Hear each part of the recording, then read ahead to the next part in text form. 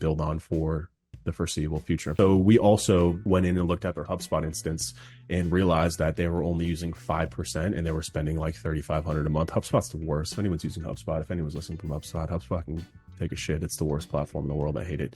They overcharge, they oversell. And like, honestly, I'll show you what we're using for lead tracking too. We're using a spreadsheet for them because HubSpot it wasn't capable of doing what they needed it to do. So we renegotiated the contract with HubSpot and saved them $2,200 a month. So all these things I wanted to make sure that the board was seeing, that it wasn't just, hey, this is the cost revenue results from the campaign, but also what are the things behind the scenes from a strategy, from a team being reliant on our business that we want executives, board members to see. Any cost saving initiatives that you do as well.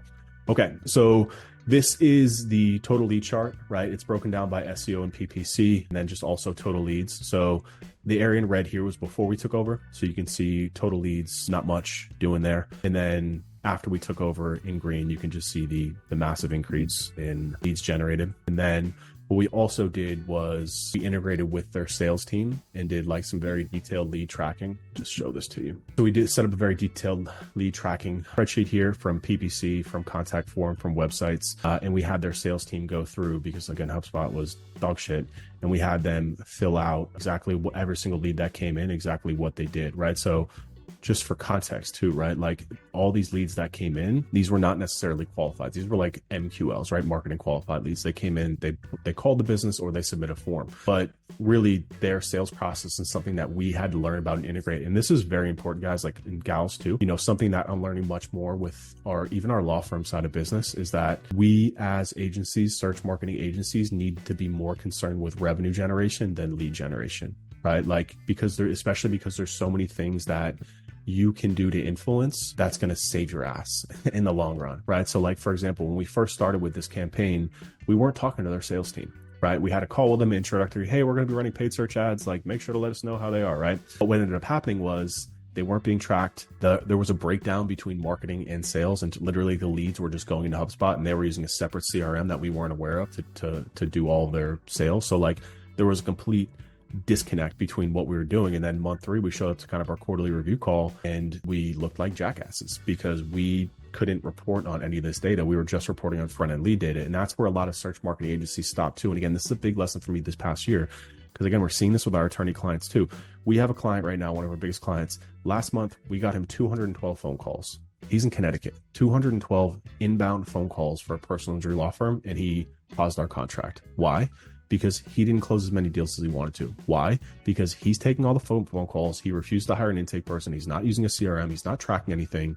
So what happens with that, when you learn about this stuff, is if a company doesn't have the proper receptacle, the proper process to take in leads and close them, it doesn't matter if you drive 100 million leads at $1 each. If they don't turn into business, they're completely worthless. And in fact, I could even argue that they're wasting time, right?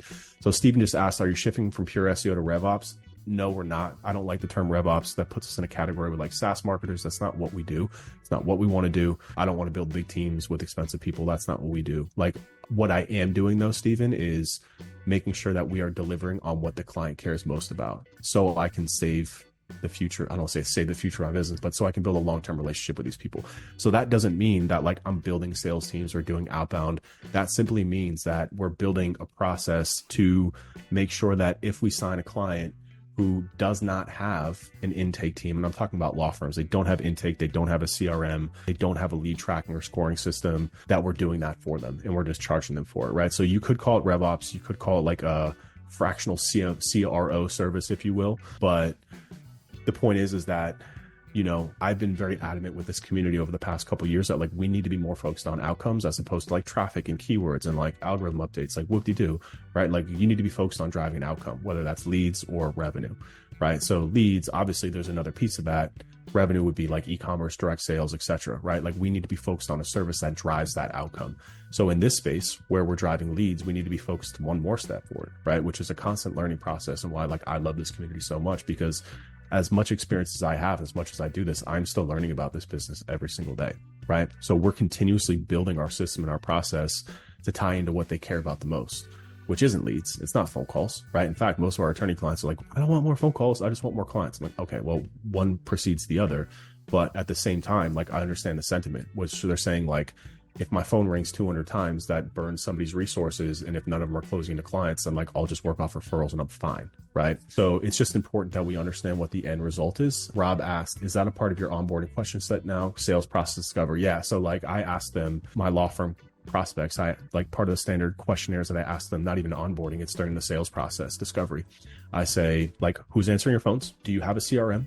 How are you tracking leads? If I drove 100 leads to you next month, how would you report on success to me? That's a big question that I ask them. So just going through and making sure that you are getting this information.